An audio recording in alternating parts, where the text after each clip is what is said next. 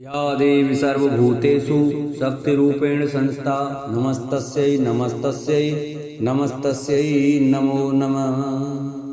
जय श्री कृष्ण।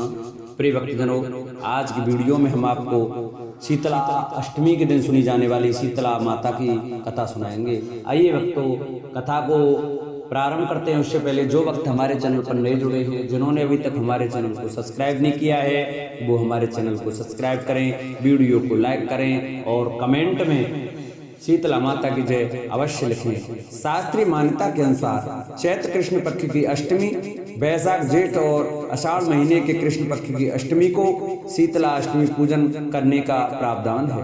इन चारों महीने के 4 दिन का व्रत करने से शीतला जनित बीमारियों से छुटकारा मिलता है। इस पूजन में शीतल जल और बासी भोजन का भोग लगाने का विधान है।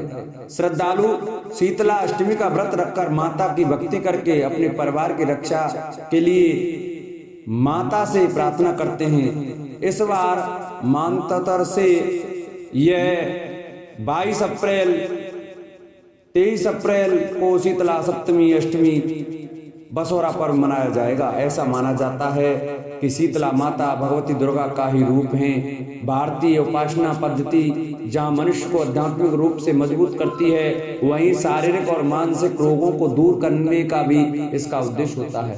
कहा जाता है कि गर्मी के दिनों में शरीर में अनेक प्रकार के पित्त विकार भी प्रारंभ हो जाते हैं। ऐसी मान्यता है कि शीतला अष्टमी का व्रत रखने से छोटी माता का प्रकोप नहीं होता।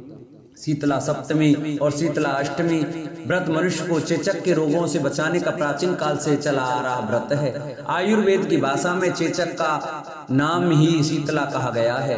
अतः इस उपासना से शारीरिक शुद्ध, मानसिक पवित्रता और खान पान की सावधानियों का संदेश मिलता है। इस व्रत में अष्टमी के दिन कलश स्थापित कर माता का पूजन किया जाता है तथा प्रार्थना की जाती है कि चेचक, गलघोंटू, बड़ी माता, छोटी माता, तीव्र दाह, दुर्गंध युक्त फोड़े, नेत्र रोग और शीतल जनित सभी प्रकार के दोष स्तोत्र माता की आराधना पूजा से दूर हो जाएं। इस दिन शीतला स्तोत्र का पाठ शीतल जनित व्याधि से पीड़ितों के लिए हितकारी है। स्तोत्र में भी स्पष्ट उल्लेख है कि शीतला दिगंबर हैं, गदर पर आरुण हैं, सूप मार्जनी और नीम पत्तों से अलंकृत हैं। इस अवसर पर शीतला मां का पाठ करके निरोग रहने के लिए प्रार्थना की जाती है।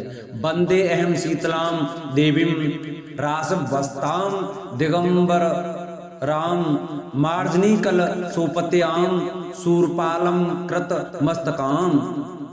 अब सुनिए शीतला माता की व्रत कथा। एक बार एक राजा के इकलौते पुत्र को शीतला चेचक निकली। उसी के राज्य में एक काची पुत्र को भी शीतला निकली हुई थी। काची परिवार बहुत गरीब था, पर भगवती का उपासक था।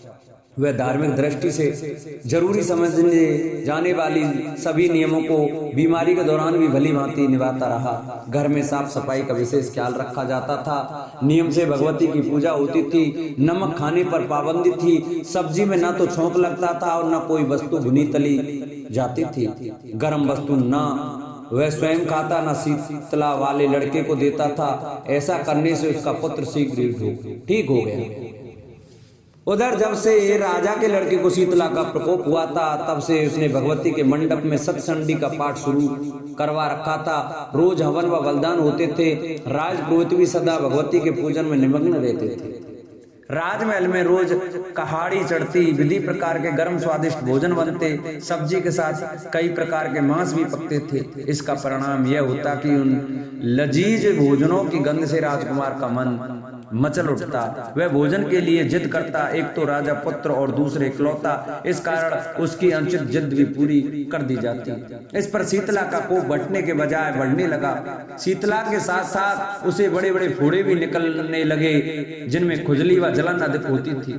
शीतला की शांति के लिए राजा जितने भी उपाय करता, शीतला का प्रकोप उतना ही बढ़ता जाता, क्योंकि अज्ञानतावश राजा के यहाँ सभी कार्य उल्टे हो रहे थे। इससे राजा और अधिक परेशान होता। उसकी समझ में नहीं आ रहा था कि इतना सब होने के बाद भी शीतला का प्रकोप शांत क्यों नहीं हो रहा है। एक दिन राजा के गुप्तचरों ने उन्हें बताया कि काची पुत्र को भी शीतला निकली थी, पर वह बिल्कुल ठीक हो गया है। यह जानकर राजा सोच में पड़ गया कि मैं शीतला की इतनी सेवा कर रहा हूँ, पूजा व अनुष्ठान में कोई कमी नहीं है, पर मेरा पुत्र अधिक रोगी होता जा रहा है, जबकि काछी पुत्र बिना सेवा पूजा के ही ठीक हो गया। इसी सोच में उसे नींद नहीं आई। श्वेत वस्त्र धारिणी भगवती ने उसे स्वप्न में दर्शन देकर कहा, हे राजन, मैं तुम्हारी सेवा अर्चना से प्रसन्न हूँ, इसलिए आज भी तुम्हारा पुत्र जीवित है।